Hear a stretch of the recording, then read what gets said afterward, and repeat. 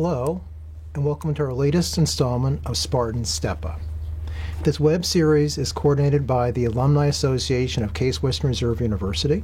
I'm Dr. Gary Schwartz, Director of the Case Comprehensive Cancer Center, Vice Dean of Oncology, CWRU School of Medicine, and Gertrude Donnelly Hess, MD, Professor in Oncology Research. Today's episode will focus on the Healthy Futures Research Study, a grant awarded to CWRU by the National Institute of Health to examine how last year's train derailment in East Palestine, Ohio, is affecting the health and well-being of our area residents. Our two panelists today are researchers on that project. We have with us, I'm delighted to present, Dr. Frederick Schumacher and Dr. Erica Trappel, both alumni of CWRU. Welcome to you both. Thank you. Thank you. Before we talk specifics about the grant, can one of you provide additional information on the train derailment itself? Can you also share where East Palestine is located within the state of Ohio? Sure. I'll start by telling a little bit about East Palestine for those who don't know. East Palestine is a small village of about 5,000 people located in Columbiana County, which is about 20 miles south of Youngstown, Ohio, 90 miles southeast of Cleveland, Ohio, where we are right now, and about 40 miles west of Pittsburgh, Pennsylvania. On the evening of February 3rd, there was a train headed south to Conway, Pennsylvania, and there were 38 cars on this that derailed in the village of East Palestine, right within the village, visible to residents who lived there. And this was due to a failed ball bearing on a hopper car. What we know is that 11 of those cars actually contain a known chemical that's harmful to health, vinyl chloride. That's a known carcinogen. So there was a lot of concern about that chemical spill. Absolutely.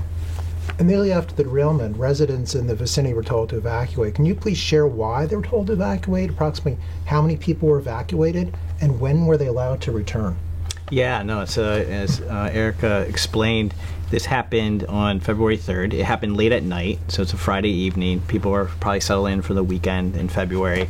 And then you have this train derailment. And then by the time some of the health officials and emergency responders figured out that what was on the train, that's when Governor DeWine and the Columbiana health officials declared on February 5th that everyone within a 1 mile radius should evacuate if possible.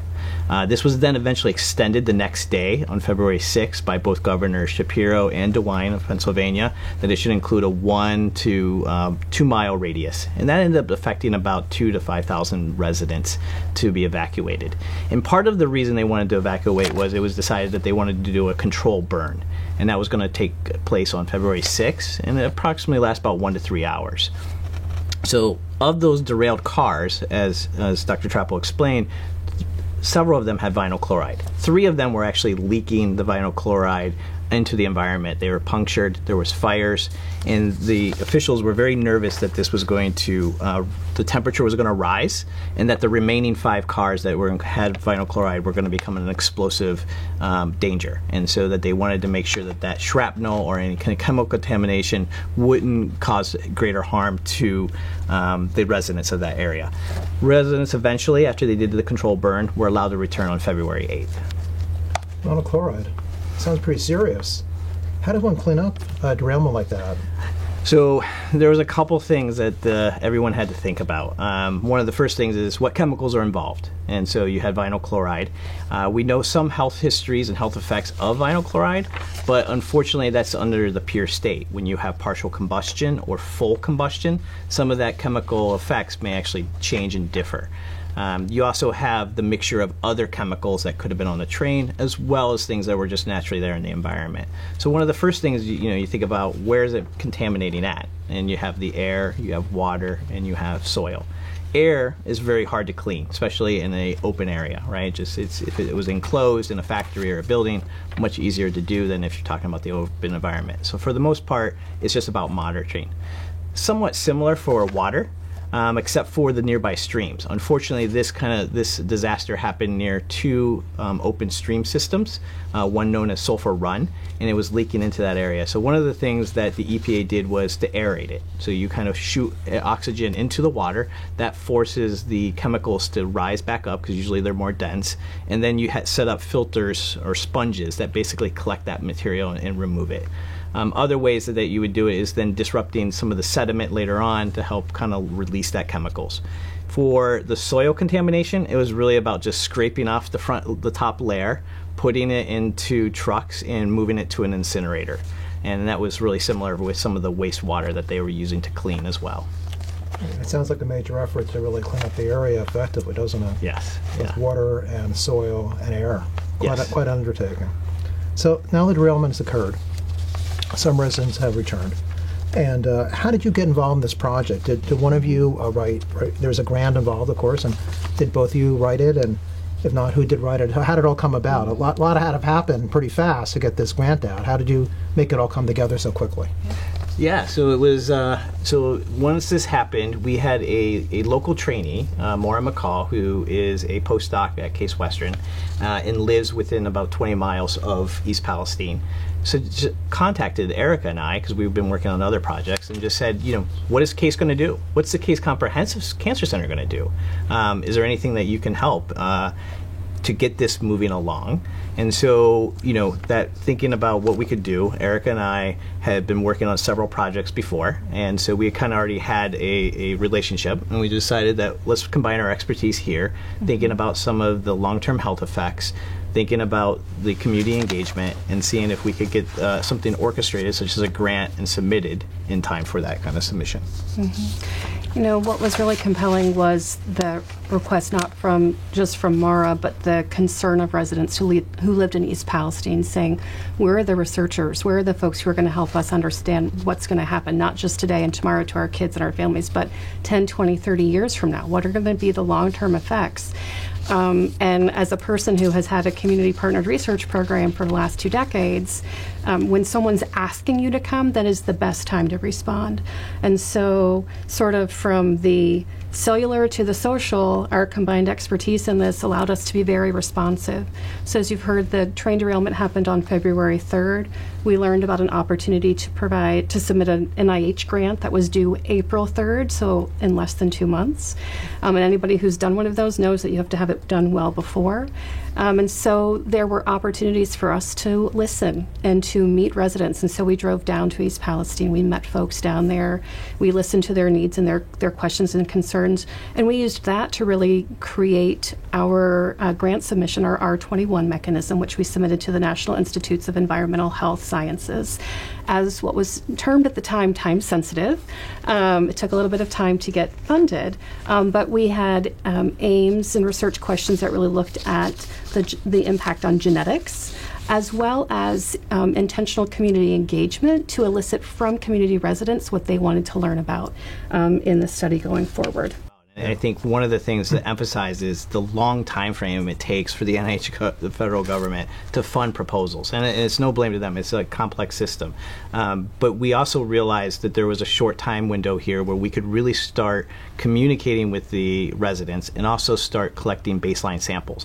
And so that was key, like as Erica explained, at getting that some of that pilot funding, particularly from the Case Comprehensive Cancer Center and yourself. And I imagine there was some sort of, you were obviously in New York City when 20 plus years ago when 9/11 happened. Like, these environmental disasters are unplanned. You don't have necessarily a game plan in place, and so you need to be able to react in a way that is thinking about the community.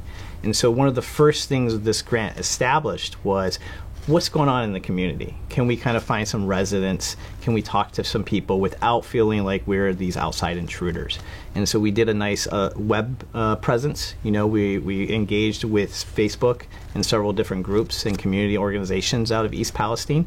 We also talked to some of the Columbiana health officials. I mean, this is a rural area where 90+% of their economy is based on farming and agriculture. So it's spread out. But you have these really nice health departments, and we found some partners there to talk to begin to understand what some of the residents might be concerned about and to make our presence known.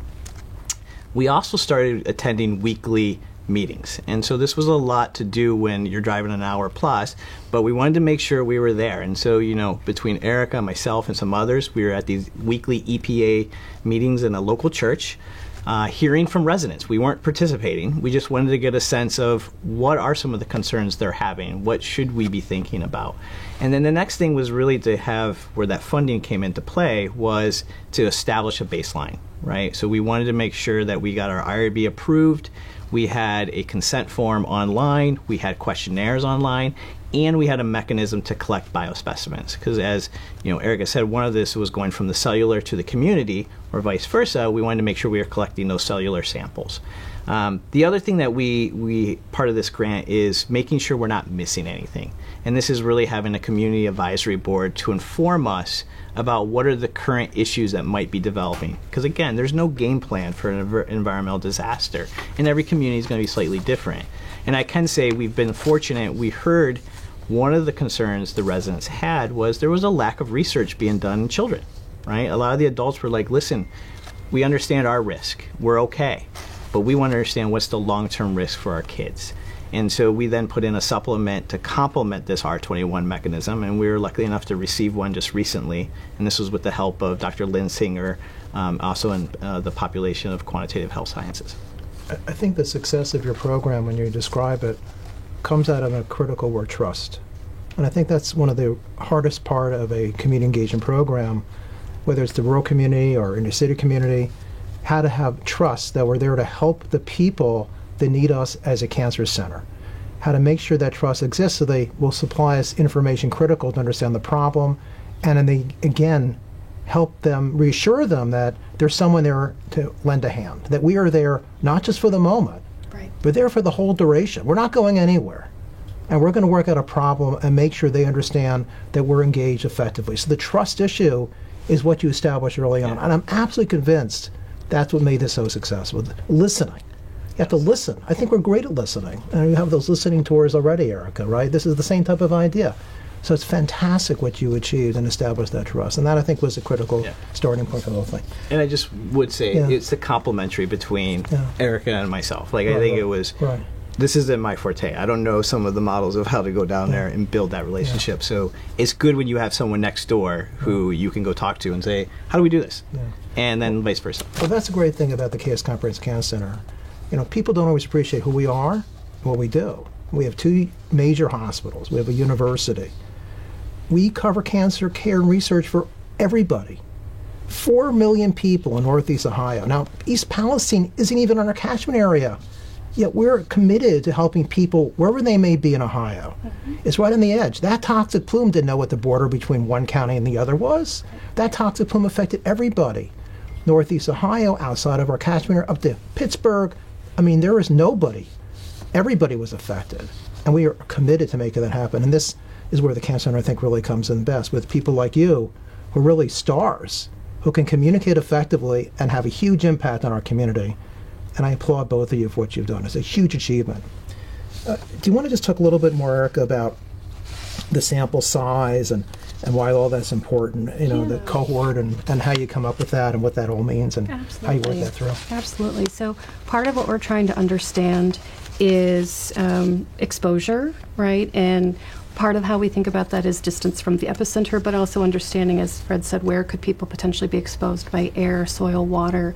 So at least to start, we identified the 4 counties that were 3 counties adjacent to Columbiana County, so 4 total, where we wanted to really focus our efforts on starting to build a cohort. As we've shared, we went down there. It was really important for us to be present to show that driving 90 miles from Cleveland to Columbiana wasn't going to be a barrier for us to be a good partner, that we wanted to listen. And so part of what we heard from them is that the things that are really important are the county fairs. It's an agricultural area. So we said, okay, how do we show up at county fairs? And through, again, trust and building relationships with folks down there, we've been able to recruit over 250 folks into the study. And where we've said, we want to hear from you. We want to hear about your experience, regardless of where you live, regardless of if you feel like you were affected or not. We need to hear from everybody. And that message has really resonated. Being able to say we're not part of lawsuits, we're not part of any of the other things that are going on. We just want to help you all, help understand for everyone what's going on and what the exposures are. So we've built 250 as of now, and we continue to enroll. Since we just wrapped up with fair season about a week or 2 ago, we continue to have people roll in. We provide an online survey that sort of helps us understand where people were at the time. And then, as Fred has mentioned, we are collecting biospecimens, so things like saliva that we can actually do via mail. And this helps to give us a baseline foundation for going after larger grants. So we're looking at this and building this cohort so that we can begin to do more in the future. So, Fred, you went to the fairs. Erica, you may be together, but what was it like? I mean, you have a booth, and someone comes up and they say Cancer Center or Healthy Research Program and Healthy. How did it work? How did you get people to come and actually come to the booth, sign a consent form for acquiring, necessary samples, whether it's blood or saliva, what have you, and participate in a survey? How did you approach that? How did you make that happen? Yeah, so it's interesting. Each fair is a little different. Some of the counties, like Erica explained, there was 4 counties, and 3 of them are very small. The other one is has a kind of a mixed group of rural and urban. But for each county, you would have these fairs or some sort of festival or celebration. Most of them have a vendor barn. And we are talking a barn. There's nothing that's not an auditorium or anything else. It is literally a barn. We would then reserve a space beforehand. We would go and set up that space, usually by like a 4x8 table, as well as a banner that says who we are and where we're from. And then we would also have a lot of swag. And when I mean swag, we would have things that would say Case Comprehensive Cancer Center sunglasses. We had a lot of pens. We had a lot of pencils. We had, little fidget toys that the kids loved. The other thing we did is we would have a bowl of lollipops, because when the families walked through, they were mostly families with young kids, and a good way to distract the kids before they wanted to go to the next booth was to let them rummage through a bowl of lollipops to then find their favorite flavor. And that gave you a short window to be able to talk to the parents. And really, we had some nice flyers that were pocket-sized, as well as a little bit more information that they could take with them. Some people were more just wanted to move through and kind of a little bit more quickly, so we at least gave them something to take with them to think about at home. You usually had about 15 to 20 seconds to explain the study. For some people, you might get maybe 15 to 20 minutes because they really wanted to talk about their personal experience. They either had a family member who got sick, or themselves, or they're still struggling with some of the effects. Sometimes it didn't have nothing to do with the East Palestine train derailment, just something else. But really, it was just us being there and being persistent and standing out front and really trying to get people to come over to and talk to us and start that conversation. And once you initiated it, for the most part, most people would take it home. They would do the consent form. We had a QR code. If COVID allowed anything for science, it's the fact that the community understands how to use QR codes, right? They could easily take a picture, sign up, get the questionnaire. We would mail them a kit for the biospecimen collection, and then we would compensate them electronically so that they felt like they were getting a little bit something to put in their pocket afterwards. I love the lollipop ideas. And by the way, those sunglasses have been very popular at all of our events, so people want more and more of them. You talked about the physical effects. You mentioned some of this emotional. It reminds me almost of that Snoopy cartoon where Lucy's sitting at the booth, open for business, and gives a nickel, and you talk about all your problems. So that's what so tell me a little bit about the mental effects, Erica. We have Absolutely. Trauma, and how does that all play out? Can you speak to that? Absolutely. So it was fairly straightforward for us to figure out how to ask some basic questions and do some of this biospecimen collection. But we really wanted to be sensitive and thoughtful about how we addressed the potential mental health burden and the ongoing burden and the stressors of this. And certainly we know that those stressors can translate into physical health and harm.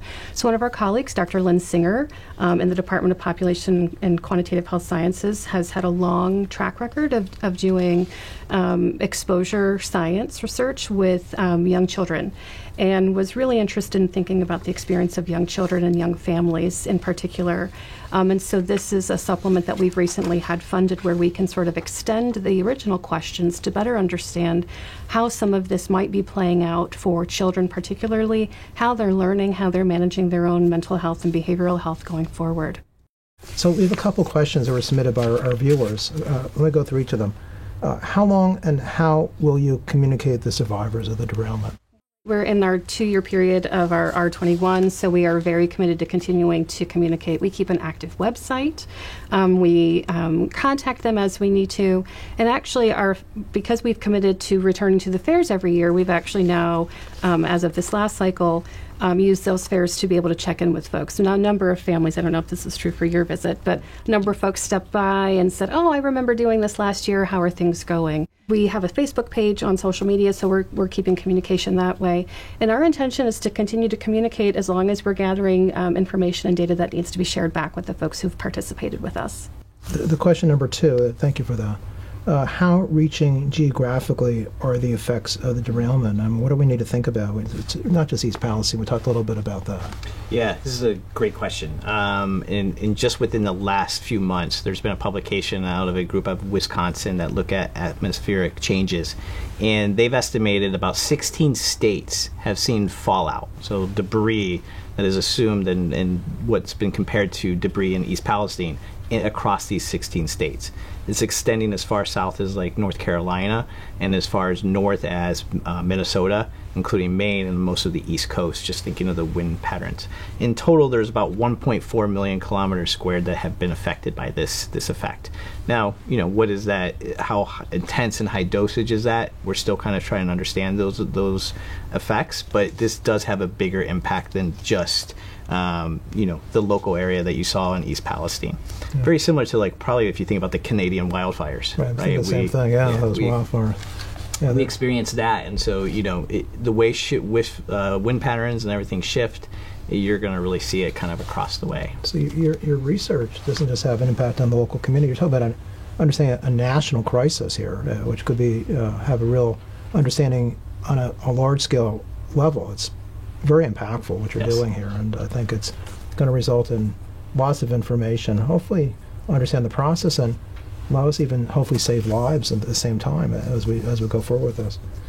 So, question number 3 is we talk about outdoor effects. One of the questions is on indoor quality and residual toxic chemical contamination in the schools, the homes, the government facilities. Are we doing anything about that? I understand it's very difficult to quantify indoor toxicity as opposed to outside. Want to elaborate a little bit? Most of the federal response from the US EPA has really focused on monitoring of air, soil, and water in public areas, and not so much on indoor metrics. Much of the responsibility has really fallen back to residents to monitor their indoor air quality or other aspects. There was some guidance provided early on how to clean indoors following the evacuation and people returning to their homes, but there hasn't been much formal support for individuals who are interested in monitoring indoors. One of the questions that comes up is the idea of the burning and that rush to burn.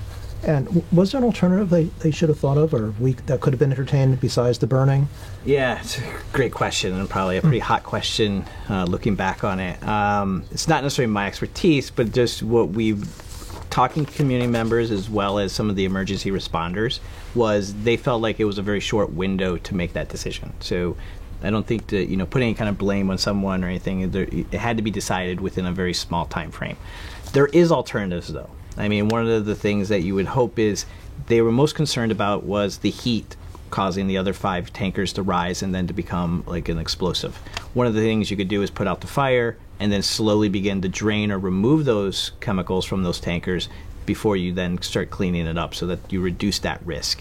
They felt at the time that was just not a very feasible, so they wanted to remove it promptly, and that was what resulted in this controlled burn. But typically that is a last alternative strategy to something like this. Did they evacuate the site, the burn? I mean, I always worry about, who's at that seemed to be the point of highest impact with toxic exposure. And what about the first responders, the people who are there trying to clean up these sites? Are we making an effort to identify them, find them, and bring them into the program? Is that feasible? We've been working on that. Sometimes you have a little bit among the emergency responders there's a little bit of this can't happen to me kind of mentality, and you can think about it. That's probably part of the profession in some ways. But we've been working with some of the county officials, and we've talked to the fire chief. I think in total there was 70 plus volunteer fires departments that responded to this. So, and a lot of it was to contain, and then also to do the controlled burn and make sure that didn't get out of hand. We do have some survey data that was done initially, and then a year follow-up asking the first responders, just any kind of symptomology they might be feeling, as well as did they have protective equipment, right? Are we, not all of these small rural volunteer, there's only one paid person in East Palestine who's on the fire department, that's the chief. Everyone else is a volunteer. So that means there's not always people who can afford the extra protective equipment, and maybe you don't always have that in the budget for some of these smaller areas, but when you have these trains running through, this is something that we need to consider. I think of 9/11 and the first responders don't have little masks. I remember that toxic plume that day. That's actually when I saw that toxic plume in East Palestine, I immediately thought about what I saw in New York years before, and how really following up the first responders years later with increased respiratory risk and medical issues. Of course, cancer risks persists, and making sure we follow those patients for that as well. I think we have a major obligation here to the people of this community to follow them through and help them every way possible, and get as much research information as we can to understand the process. So my last question is to both of you. Can you each, in your own words, share with your viewers why research is so vital in our world today? I think we pretty much articulated that, but I'm going to throw it back to you as a question. And what do you think? This comes up sometimes when we're at the fair. Like, why should I participate in this? This happened a year ago. Sometimes people will say, why do I want to be part of this study? And I think one of the things we try to encourage people to think about, at least, is the research we're doing today sets the precedent for tomorrow, right? If you think about the drugs that you're on today, whether it's for cholesterol, high blood pressure, or if you're being treated for any kind of disorder, those were all protocols and research that was done 20, 30 years ago. It takes some time for that to make it into the market. And so what you're doing today is kind of paying it forward, right? And so that's one of the key things that we want to remind people, that this research is vital, not just for the moment, because it could be, but it's also letting us understand what is the health effects, how do we measure this, how do we respond to a community for events like this in the future. Mm-hmm. Yeah, for me it boils down to when we know better, we do better, right? And so when we use our curiosity to understand something that happened, right? Train derailments unfortunately happen quite often. So there are whole other lines of questions around why are train derailments happening? What's the impact of those, and what should we be doing differently? We're applying this, and we've been talking about the health effects, right? So that we can understand all aspects, not only how do we prevent it, but what do we do when we have this vinyl chloride exposure, or the remnants of burned vinyl chloride, and what does that really look like? What should we be aware of, so that moving forward we can do better? Well, thank you very much. I mean, we as a Cancer Center are absolutely committed to help the community. We talk about therapy and how to invest in treatment, but prevention is part of the cure. And understanding what causes cancers and how to prevent them and understand the processes will lead us only further down the road to making a huge impact. And we're here to make a difference in Cleveland. We're here to make a difference in our surrounding catchment area. And what you two have done is extraordinary. And I'm just so proud to be part of the process and work so closely with the two of you. So I want to thank both of you for providing us such useful information and to the Healthy Future Study, and looking forward to the amazing results we're going to have and provide insights, and not just help Cleveland, East Palestine in particular, but the whole country with the work you're doing. Thank you very much today. Thank you. Thank you.